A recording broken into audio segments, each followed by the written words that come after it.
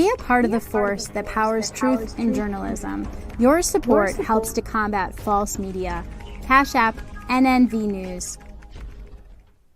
The nation must acquire land.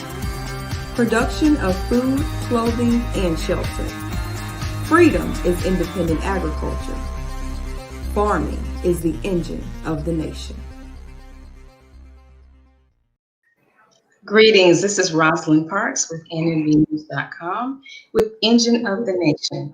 Today we're going to take a listen to Crystal X's report. Stay tuned. Greetings, this is Crystal X with the Engine of a Nation report on agriculture. Many agriculture stores sell a variety of seeds and transplants all year round. To ensure the success of your harvest, it is important to know your zone. This will give you the confidence on what grows best in your area and when to plant it. Here's more from Ray Muhammad with Green Life Gardens. One of the things that you want to make sure that you do when you select your transplants for your garden is you want to make sure you're selecting something that's in season. It's very important to make sure that your transplants are in season. The garden stores will sell you something because they're in the business of making money. But you want to do some research to make sure you're purchasing transplants that's in season. That's one of the biggest things that I see. For example, I have a customer who was sold butternut squash. Here in Texas, it's fall. So if you put down, and it's actually mid-fall, so if you put down butternut squash, the frost is going to hit it and kill it. But they're selling it in the store. Free Haven Farm focuses on education and the production of high-quality produce through sustainable organic techniques by way of courses, workshops, and the Youth Science Lab. For good health, we should raise and prepare our own food. Eat the best of foods that will not destroy your health and bring about a short life. The Honorable Elijah Muhammad. This is Crystal X with the NNVnews.com Engine of a Nation report. Today, to take you further into the conversation, we have Brother Tyrean Lewis with Heru Farms. Good afternoon, Brother Tyrean. How are you doing? I'm fine. How you doing, Roz? All right. We're going to go ahead and get started. I want to ask you, how did you get your start in agriculture? Oh, cool. So I always had a thing for growing food. My family grew food. I'm a fifth generational farmer.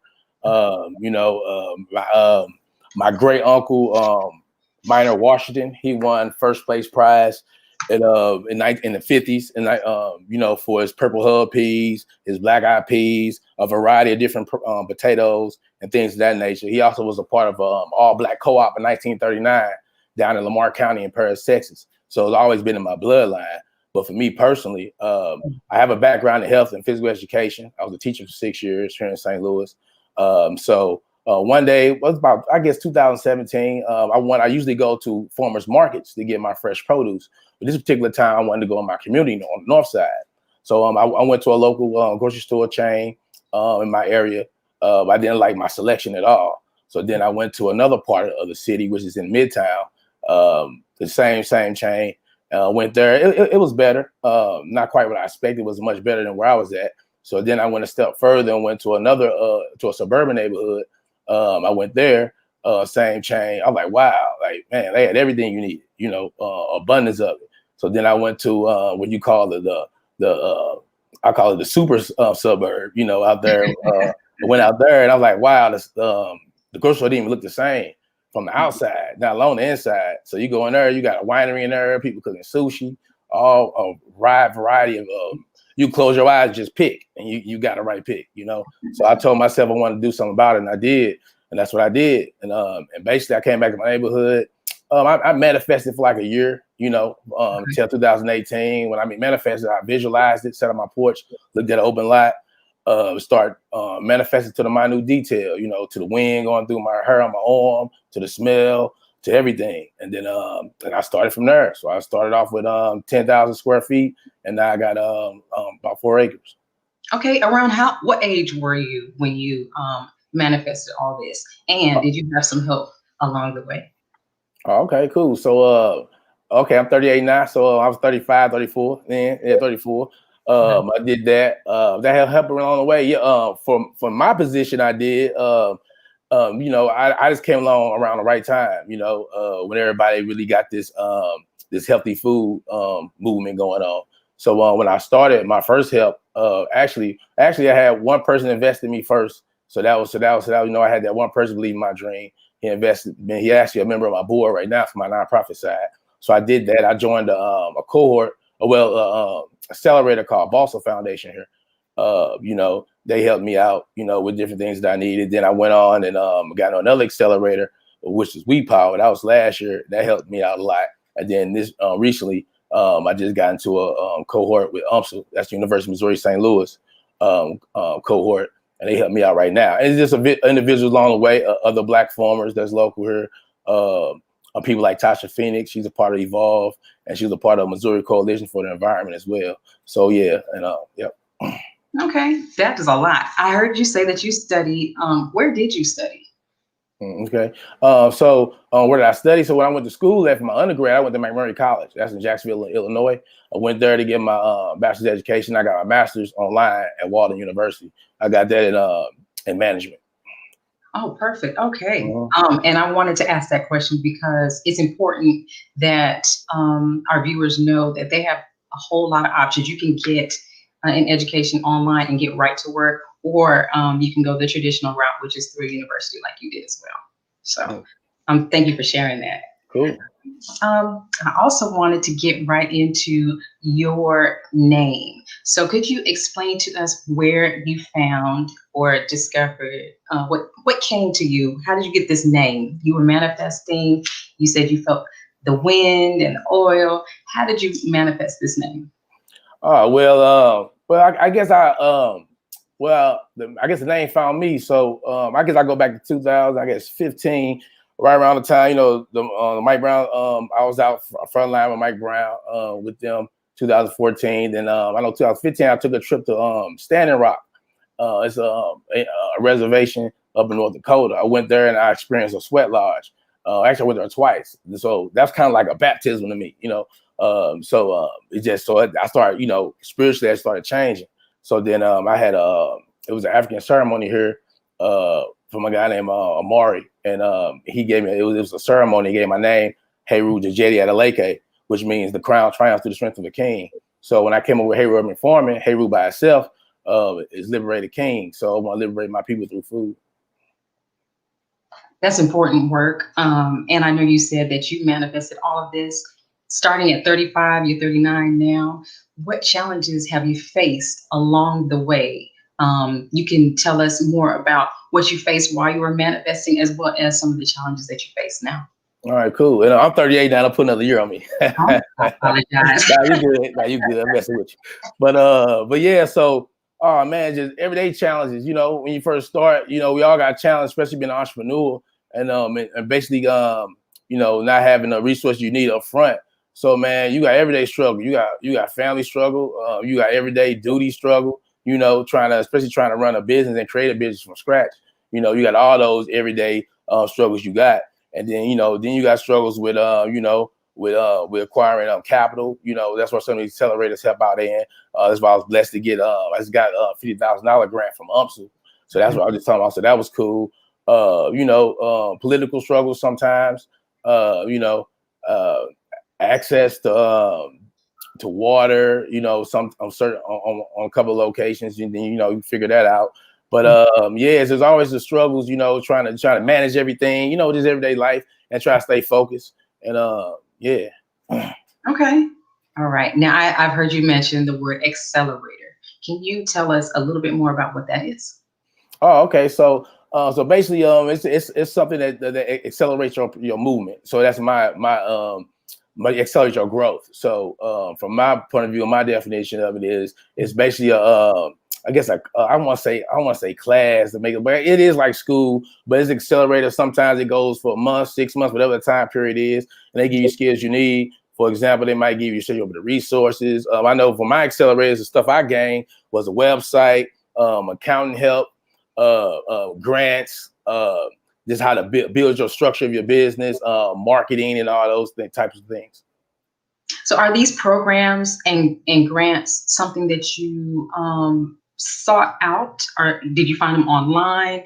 Were they things that were kind of given to you at the end of your study at the universities? How did you get this information? And since you're continuing to use it, do you continue to apply for these programs? Oh yeah. So to be honest with you, I started finding resources through Tasha Phoenix actually, and like I say, she's a strong advocate here. Probably these there's a lot of advocates here, but that's what helped me out a lot.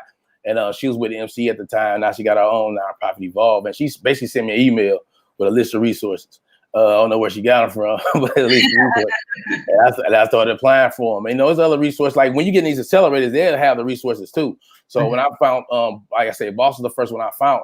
So I got that one. Then they had some resources for me. I got a WePower. They had some additional resources for me and things of that nature. So, yeah, I just get them now. They just come through my email. To be honest with you. Okay. Mm-hmm. All right. As you're growing, I know you said that you started with 10,000. What are your plans to grow within the next year, 3 years, 5 years? All right. Well, I'm sorry cutting you off. What'd you say? I'm sorry. Oh, that was it. Okay. I wanted to know your plans over the next couple of years for your growth and expansion. Oh yeah, I'm always looking to get more land. The demand is there. Like I said, I was fortunate enough to scale as fast as I did from 10,000 square feet to 4 acres. But I am working on I got CSAs coming up in May, so that's how I that's my first line of making money with my food subscriptions. But I'm also looking into a mobile farmers market as well, so I can get that up and going. And also I'm working on, I got a new line coming up this year with, I'm selling a lot of medicinal tinctures and things of that nature. So I had that on the market. What else I'm trying to do? I just got a caterpillar tunnel. So that's cool. To extend my growing season. What else I got going on? I'm definitely, like I say, a homestead is what I'm looking for right now. And with a homestead, just something so I can have all, kind of spread out in 3 different locations.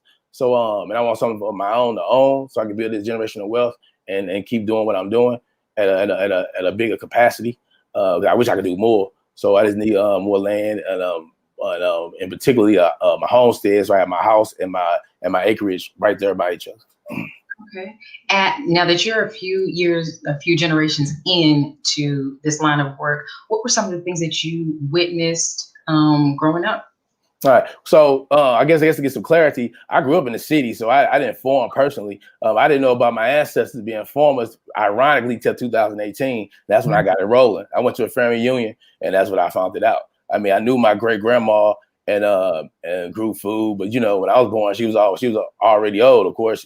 So right. I didn't really see her grow food, but I knew she did, and that nature. But I always had a thing with food. First of all, my dad's side of the family here in St. Louis, they had the Lewis snack shops. So I always had an entrepreneurial spirit, and they had that in 1950s. On Elliott and Madison, and not only did my uncle had that shop on that street. His sister had it was called Hot Wheels Cocktail Lounge. So she had that. She had a barbershop and salon behind that. And then my other auntie on that same street, she had Lewis Barbecue. So she had stuff. And then my grandma, which was their sister as well, she was a seamstress. So, so that always been in my blood. And like my mom's side family, you got the farmers on there, and you got other entrepreneurs as well. But them the two, I think all that ancestor energy just come into me. Okay, well, what I want to do is I want to take a break for our sponsors, and then after we come back, I want to hear more about all of your extended family and all of their businesses. We'll be right back. Be a part of the force that powers truth in journalism. Your support helps us to highlight solutions for a brighter tomorrow. Go to nnvnews.com/donate.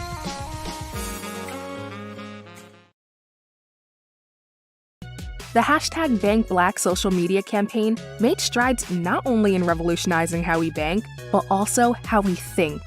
The movement inspired thousands of African Americans across the country to transfer or deposit millions of dollars into Black-owned banks. These are banks that will invest in urban communities, employ African Americans, support Black businesses, and inspire Black home ownership. This is a very proud moment for our culture as we are taking small, but significant, steps towards building Black power through Black wealth.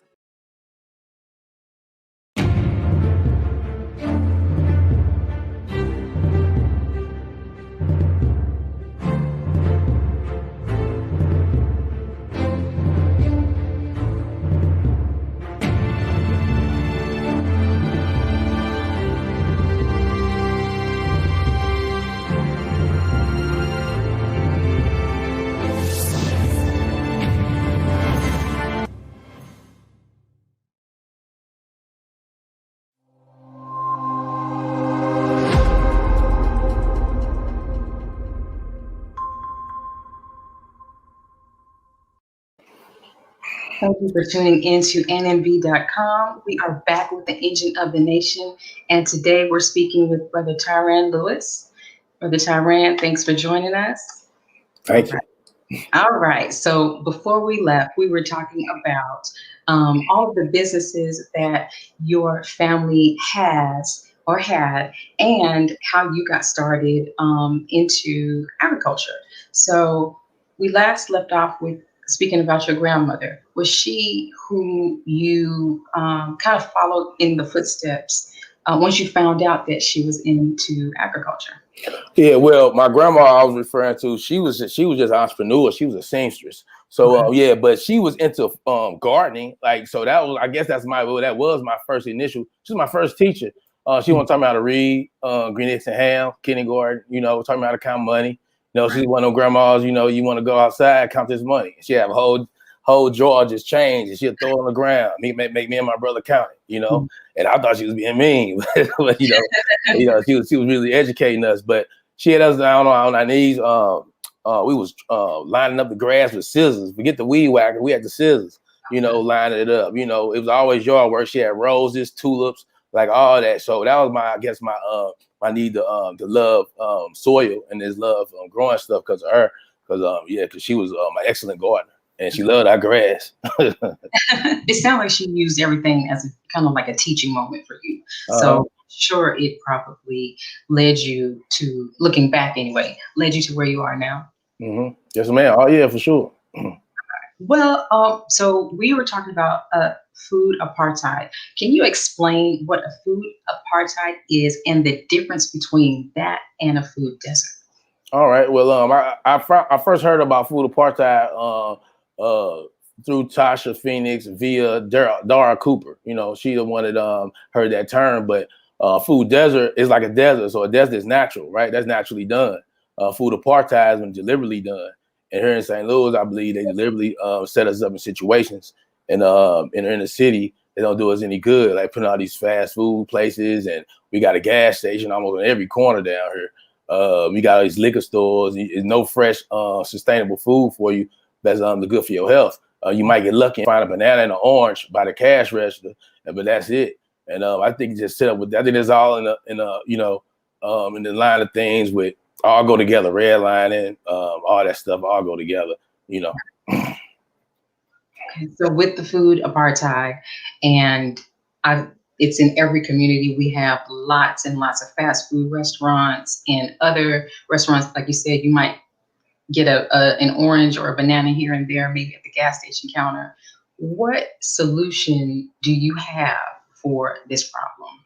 All right. I don't have all the answers, but I believe just focusing. Like, you got all other nationalities. They when they do business, it's all streamlined, right? Like the Chinese restaurants here, they probably get I know most of them get their bok choy from California, but it's from people that look like them.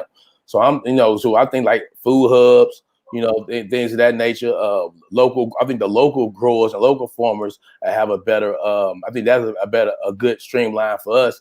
And when we have community-led grocery stores and have our farmers, feed them stores with that, so we can make sure we hold. I guess we be the only ones holding ourselves accountable and know what we put in our food. That it all matters. I mean, food it starts your day. That's how you get your nutrients, your energy, to get your day going. So we got all these chemicals in our food and things of that nature. How can you function?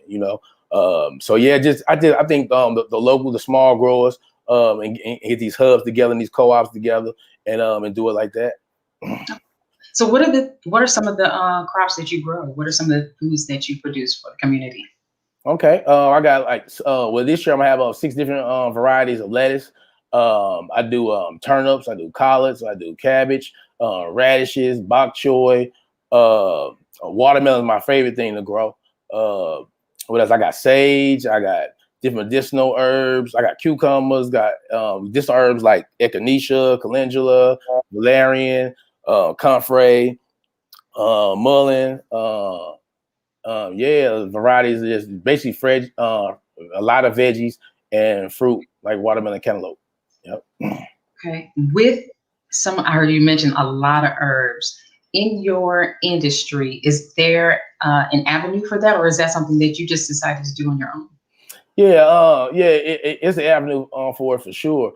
But I got interested in it because I don't take medicine unless I have to. Like, but I really man, to be honest with you, I think last time I took some medicine probably was like, I don't know, like 5 years ago maybe. But so yeah, so I do certain things like that. Make certain tinctures and things. Yeah. Okay. And in your industry, as a Black farmer, as a young Black farmer, what are some of the obstacles that you have run into? Oh yeah, so I think number one thing is capital. Just getting everything set up. I ain't come from a family, where no generational wealth, nothing passed down to me, nothing like that. Like I said, my people that had businesses on that side, they've been passed away. A matter of fact, they stopped their business in the '90s. I was a little kid then, so just the capital and the resources. Like I said, I've been fortunate with the resources because it's the time. COVID last year made everybody, I guess, focus more on what they eat and what they put in their bodies. So there's a lot of resources out here now in this region, but it's still it's not where it's supposed to be. It need to be better for sure. You got people that have been doing this longer than me and been struggling, and trying to get the connections they need and the funds they need to get started. So I think just the support, the resources, and we getting better, but we want to make an even playing field. Did COVID affect your business negatively at all? It sounds like you got an increase, but did it affect it negatively at all? I had to make adjustments. I was lucky to be in an industry where it didn't really, from my point of view, my stand, didn't really hurt me that much. But you got to change everything. Change the way. Like I didn't do CSAs at first. That's a community supported agriculture. That's a food subscription. I didn't do that. That's last year, my first year doing it. I learned a lot from doing it. I just gonna improve and be better. But you got to do deliveries now. Because it's not a lot of there wasn't a lot of interaction, especially when it first started. So just had to adjust the way I do things. Having more, being more available to get people the things they need. Now, in your industry, I know that you said you chose this particular because you had family and they used to do agriculture.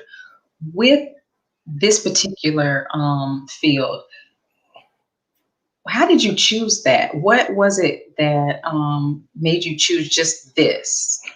Man, I don't even know. It chose me, I guess.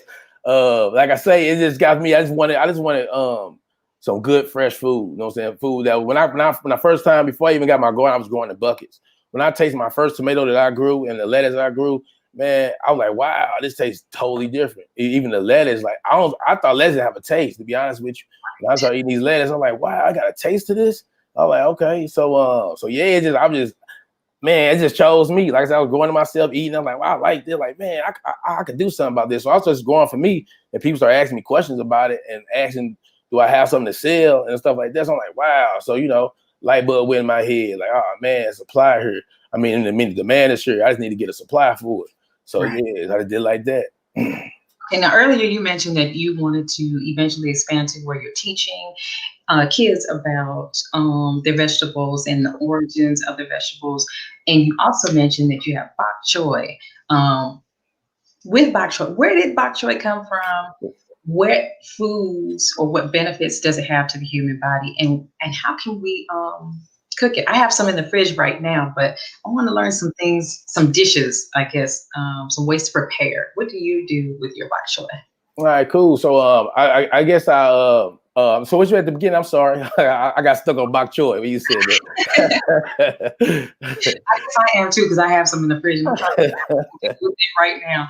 I wanted to know, where did it come from? And Okay. really, what I'm after is, when you picked or selected the crops that you're getting ready to grow, were you interested in the origins of it then, or is that something that, you kind of stumbled upon?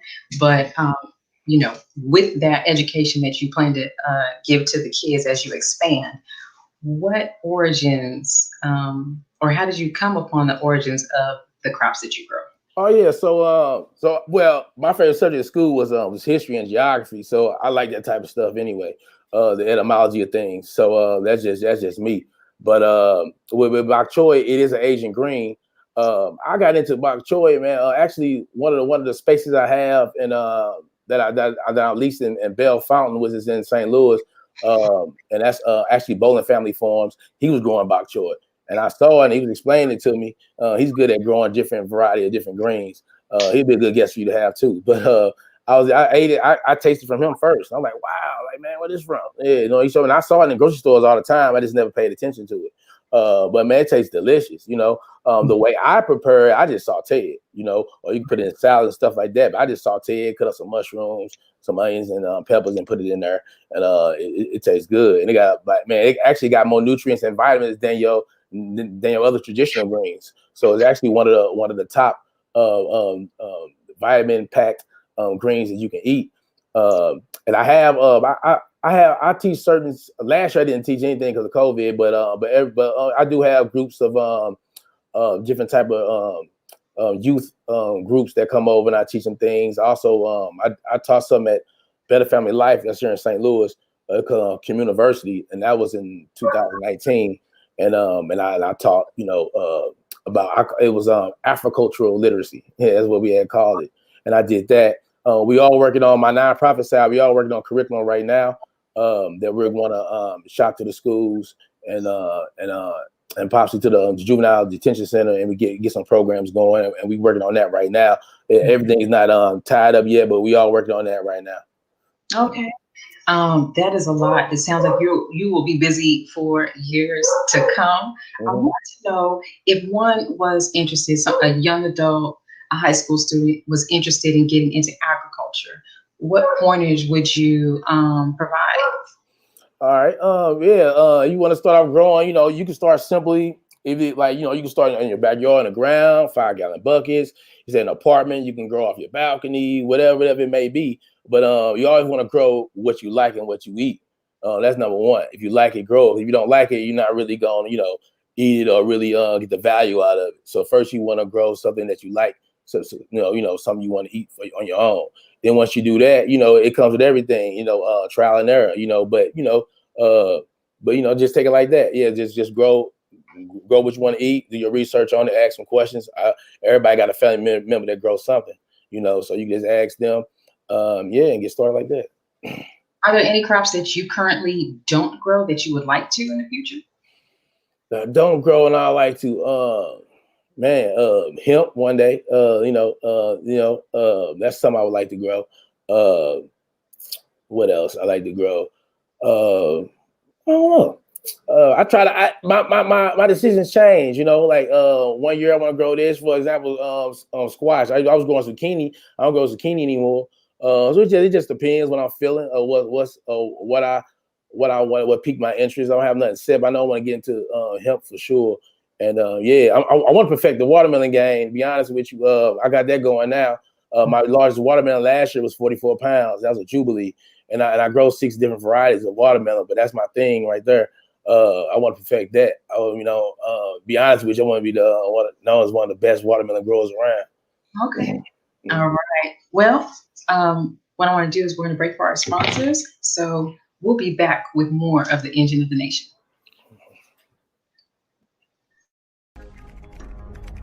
Be a part of the force that powers truth in journalism. Your support helps to combat false media. Cash App NNV News. worldwide, 24 hours a day, 7 days a week. Download the Final Call Radio app and take us everywhere. On your phone, on your computer, on your tablet, on Instagram, Facebook, and Twitter. You can also log on to finalcall.com and click the Listen Live button or finalcallradio.com. Final Call Radio, the official voice of the Honorable Minister Louis Farrakhan and the Nation of Islam.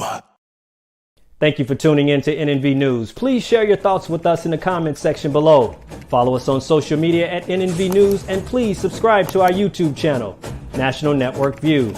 This is Clifton Muhammad with NNVnews.com.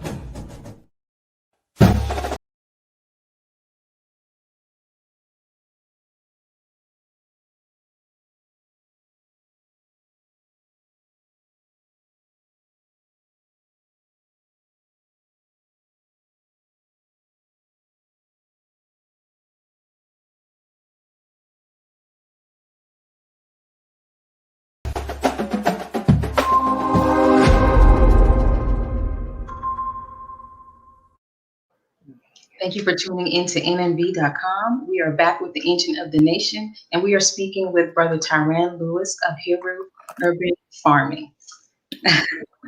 Hi, Brother Tyrean. All right. So before we left, we were talking about the different crops you wanted to grow, one of which is your favorite, watermelon. You let us know that you were able to grow a 44-pound watermelon. What I guess, is that because of the soil? Are you adding things to the soil? What got the watermelon to be that big and heavy? I'm gonna keep it real with you. I call them miracle watermelons because last year I had them at a location where I wouldn't even get no water. We had like a 2-week drought one time. So me and my worker, one of my workers, we was filling up gallons of water, and we just watered them. Water. And I was like, man, it ain't doing nothing. I'm like, okay. So I was getting worried. So then they started sprouting. I was like, okay, there we go. So it started sprouting, and keep it real with you, man, I Reiki'd it. You know what I mean? And I'm a Reiki master, so I gave it light work energy. I Reiki'd it. I Reiki'd everything. Poured some libations for the ancestors and told them, come on and help me out here. To be for real. Then like a week later, it started raining. It was raining. Then we had a 2-week rain spell. And after that, once the vines got to going, it started doing this thing. And that's all I did different, to be honest with you. Okay. Wow. So I know that there used to be like fairs and things that people would go to pre-COVID. Do you or have you won any awards for any of the crops that you've grown? I haven't been in any competition, anything like that for to get a award. Down the line, we might getting in one, especially for the watermelon. But yeah, I haven't gotten any awards for growing food. I haven't been in any fairs or anything. Okay. Well, with COVID going on and we don't see any end in sight, how are you shifting your business to support the community?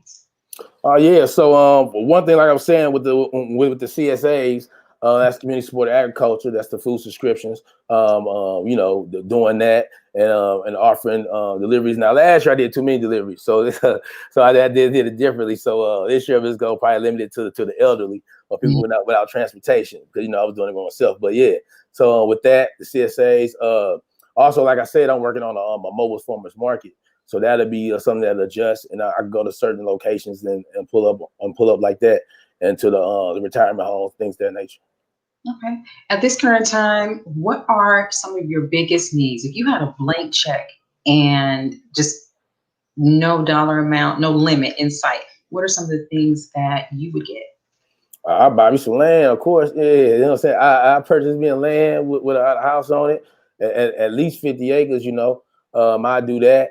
I will not just grow food, but I want to do it I do like a retreat. I have a retreat, have people come out, and we doing, some yoga, some breath, some breathe work, stuff like that. I have an orchard, I had the kids come out and pick their peaches and their apples and plums and pawpaws and things of that nature. I have some livestock, some goats, some sheep, some chickens, give me a couple greenhouses. Yeah, do it like that. All right. Now, I did hear that you have some workers. How would one go about working on a farm or coming to help you work on yours? Oh, cool. So I hired my interns already this year. But volunteering for sure. Well, I'll never have enough volunteers. So they can do that. They can reach out to me on my website or via email or social inbox me, DM me or whatever. And all of that is Heru Urban Farming. Yeah, it's on the bottom of the screen I see. So yeah, all that's Heru Urban Farming. I'm excited by the outpour actually because I'm having a whole schedule set up for volunteers. So we can get it going because I always need an extra hand. So that's cool. All right. So we're in winter still. Soon we'll be in spring and then into summer. What crops are going to be, I guess, harvested? Okay. So last week, I put some stuff in the greenhouse already to get it ready. So I put some collards in there, some cabbage. I got some kale. I put valerian. What else I put in there? St. John's wort, and I'm missing something else. And I forgot the other one, but it was valerian. I think mullet I put in there. Yeah, so I got all those. So I got that. I'm excited about that actually. So I got that ready. The next week, I putting some more stuff in the greenhouse, just getting it ready so when it get warm, I could transplant it and put it outside.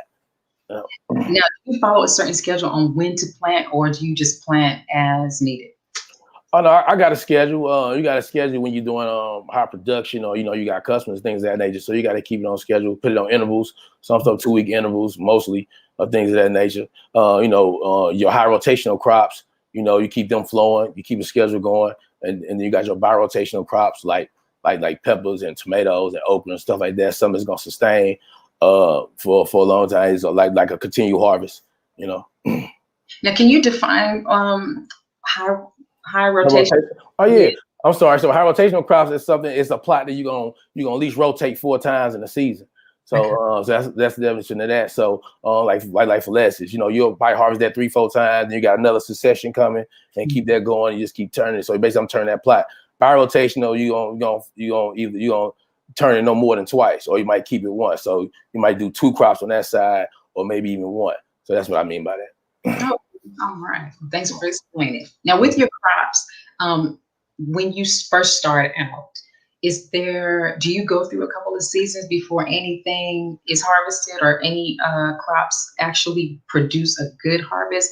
What things would a new farmer look out to, or should expect when they get into planting their crops for the first time? Oh, okay. So like I say, first and foremost, you want to grow something you like, of course. Right. You gotta know what season it's in. Gotta know what's a fall crop, what's a summer crop, what's a spring crop. Some could be both spring and fall. So you got to keep in mind of that. When is it direct sow? Is it better direct sowing it? With direct sowing it, and you putting the seed directly in the soil, or you got to start your seedlings first and then bring it out. Some crops you can do both. Some do better direct sowing it or not. And it's all about your farmer too, or the area you live. And seasons different. Seasons are weird. Some seasons it be colder, or it's not rain a lot. So it's never gonna be the same type of season. It's gonna be something. It's gonna be something you got to tweak, do something differently. But I'll say start with some low maintenance stuff if something you're not familiar with. So what I mean by low maintenance, cucumbers, okra, peppers, tomatoes could be high maintenance, but it's low maintenance unless you want to do your thing with it and make it I guess a better variety, I guess. You want, but it's just something that's low maintenance, and you don't gotta dock on as much or watch as much. You want to start off like that. Now, with planting, and for those of us like me first starting out, I know that there has been some conversation about the seeds and where to get seeds and GMO seeds. What would you recommend, or where would you recommend a new farmer go to get their first round of seeds?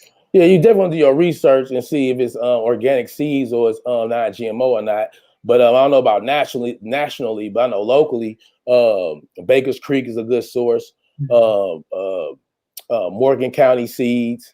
If you want to go, nationally, I think Seed Savers is national, if I'm not mistaken. So Seed Savers is another one. Also, you got some family members or something that grow. You get some seeds from them. You know, I know my purple hub peas I get from a family friend. I keep my own watermelon seeds, so I keeping that. So you could keep your own seeds if you know you putting something in that's good. You can keep your own. So I'm starting to get into that more myself. Keep my own seed. That's something I'm gonna do more this year. I know last year was my first year keeping my watermelon seeds. I had to keep seeds from them big ones and the ones that were sweet. You know, I'm trying to keep that strand going. That makes sense. Right. Mm-hmm. So can you speak to us about greenhousing? Greenhouse. So that's something I want to be heavily more involved in. But this year is the first year I actually. So that's a high tone right there. That's something that me and my friend Eric had built. We use scrap wood. That's a used greenhouse plastic, and that's cattle panels on there. We built that ourselves. That's a high tone. You get your seeds started in there. But this is my first year having access to a greenhouse through Confluence Farms. So that's a good thing right there. But yeah, so greenhouse is temperature control. So you control the temperature in there. So you can do it in a greenhouse all year. But a high tunnel is not temp control. I mean the greenhouse plastic helps out a lot. But it's not nothing that'll go through the vicious part of the winter, but it will extend your season or get your seeds started for sure. But the greenhouse is the one that's the top of the line right there. Now, with greenhousing, can you taste a difference between crops that are grown, I guess I would say the traditional way, and those grown in a greenhouse? Well, me personally, I just use the greenhouse to start my seeds. So I start my seedlings in there, then I bring it outside to transport it. So I never grew the whole thing inside a greenhouse and taste it. So I haven't did that before. So I just use the greenhouse to start my seeds up. Yeah. All right. So that's the greenhouse would then just serve as a protector to make sure that the seedlings kind of flourish before you transfer them outside. Yeah, yes, ma'am. And also you can grow a whole seed in the greenhouse. I mean, that's perfect. If I had a greenhouse, I'd probably experiment with stuff I can't grow here, like mangoes, lemons, things of that nature. I experiment with that, avocados, stuff like that. That's you could mainly grow in a tropical region or something like that. Oh, all right. Now that's good to know. Okay. Now you also mentioned that you made that, so I'm sure we could just do a Google search and we'll find a whole lot of DIY tutorials on how to build your own greenhouse. But you also mentioned earlier in the program that you can grow anywhere: your house, your backyard, your apartment. You did say also that you should start with things that you like and you will eat. But do you have any pointers on what are generally the best types of foods to grow if you're in an apartment or just a regular old backyard? Okay. All right. So if I'm in an apartment, I'll grow tomatoes. You can grow tomatoes anywhere. You can do them in buckets. Cucumbers on the balcony because the vines like to run. So you let them run down, or anything that run, you can hang it off and let it drop. I wouldn't do watermelon on the balcony because it's heavy. But and you can play with the vines and put it and string it how you want to string. But herbs, definitely, you can grow herbs in windowsills, outside, any type of culinary herbs. That's good. Same thing goes for backyard. That's easy to grow. It all depends. If you're in the backyard and you don't got that much, like if you got full sun, you can probably grow pretty much anything that needs full sun. That's the best ideal place. You want to plant it somewhere that's full sun. And when I mean by full sun, you want to know what's the hottest part of your backyard or whatever. The sun is at its highest peak between 12 and 2. So wherever that sun is at 12 or 2, so you're doing your research, look up there. Okay, this is the hottest spot where you get the most sun. I'm gonna put it right there. You got a lot of shade. You want to get that where you get most of your veggies and things like that in the shaded area. You can do that. So yeah. Okay. Well, thank you for tuning in to NNV.com for the Engine of the Nation. We will be right back after a word from our sponsors. Please share your thoughts with us in the comment section below. Follow us on social media at NNV News, and please subscribe to our YouTube channel at National Network View. I am Anissa Muhammad with NNVnews.com. Be a part of the force that powers truth in journalism. Your support helps us to highlight solutions for a brighter tomorrow. Go to nnvnews.com/donate. Greetings. This is Tarika Shakir Muhammad with National Network View. This week's Final Call cover story honors a legend, the great Cicely Tyson. The Black actress and fashion icon whose career spanned over 7 decades has passed away at the age of 96. Our sister received many awards and accolades for her work in film. In addition to her screen career, she garnered many awards for appearing in various great theater productions. Cicely Tyson was inducted into many halls of fame. The Final Call number 19 center page article by the Honorable Minister Louis Farrakhan is a loving tribute to the great Cicely Tyson, who will be remembered as a strong Black woman who shattered stereotypes in the dramatic arts, a great star and example for civil rights, and a charitable sister who will be missed. To read more, subscribe to FinalCallDigital.com and tune in to Final Call Radio. This is Tarika Shakir Muhammad with the NNVNews.com Final Call cover story.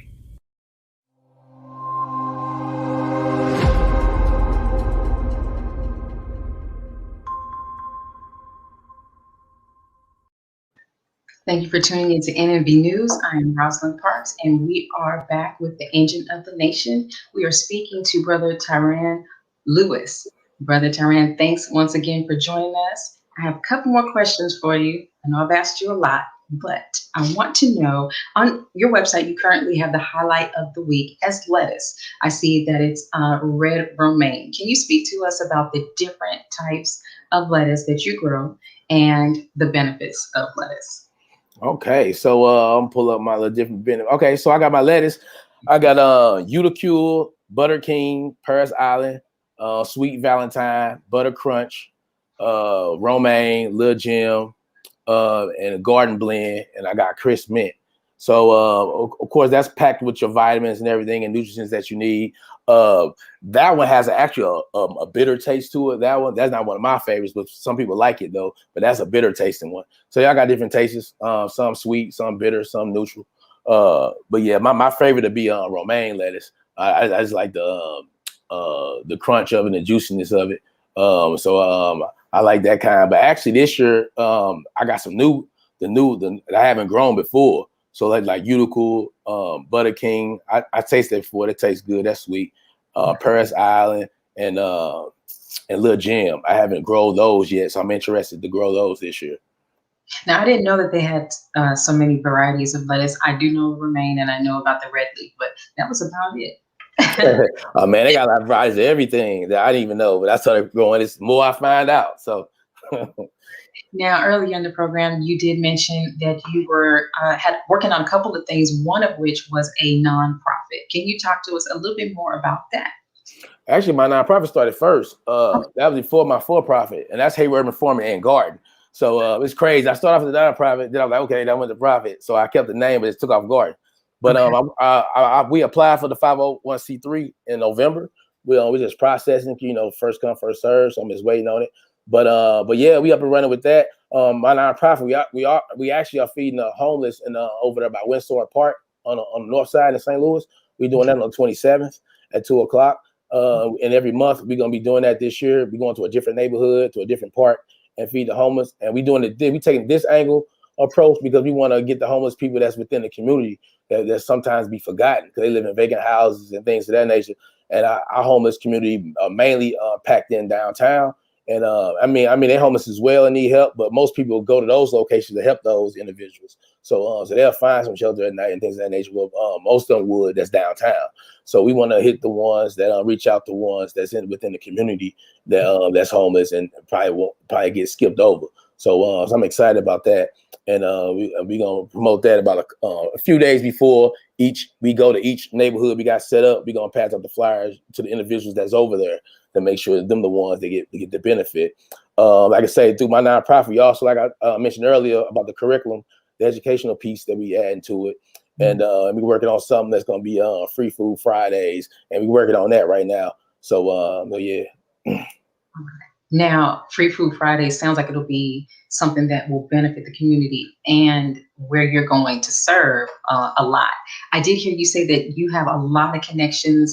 You mentioned two connections who, one, helped you get all of this information about the nonprofit, about the CSAs, but are you building your network, and is there a network already set up, or is that something that we can find on your website?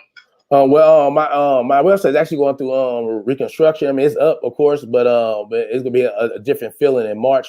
But network, we always open to collaborate and network with people who got the same mission, of course. Like to say the people that help me out doing this well, of course, they always in collaboration with me and everything. So it's not just gonna be us that's doing participating in these events, but a lot of other organizations as well.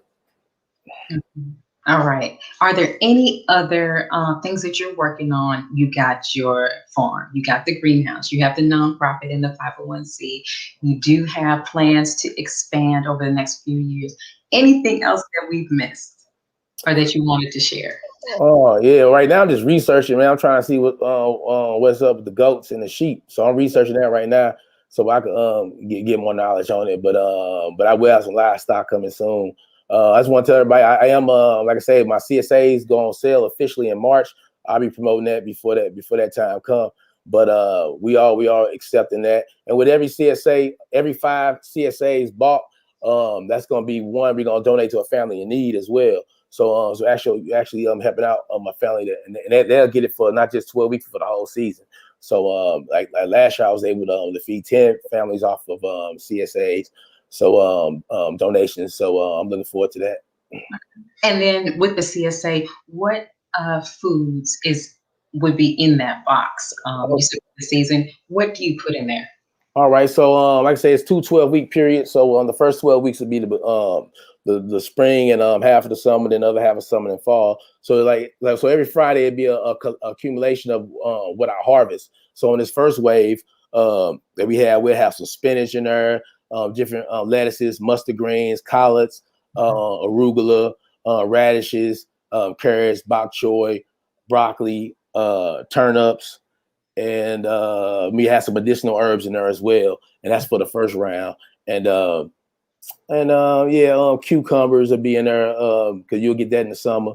And tomatoes, peppers, man, we got all that. Then on the end, at the back end, at the second one, we have all those I mentioned, but also the summer crops. So you get your watermelon, cantaloupe, and things like that. Okay, so you are going to give up the watermelon in the last box. yeah, towards the end. All right. Well, I appreciate you speaking with us. I do have just a couple more questions for you. I wanted to know, what is the best way to reach you? I know that you have your website is going through reconstruction. You have Instagram. Where should we find you?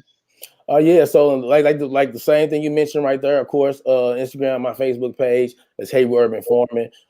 Email, of course, that's Heru Urban Farming at gmail.com. Just reach out to me like that. Shoot me an email.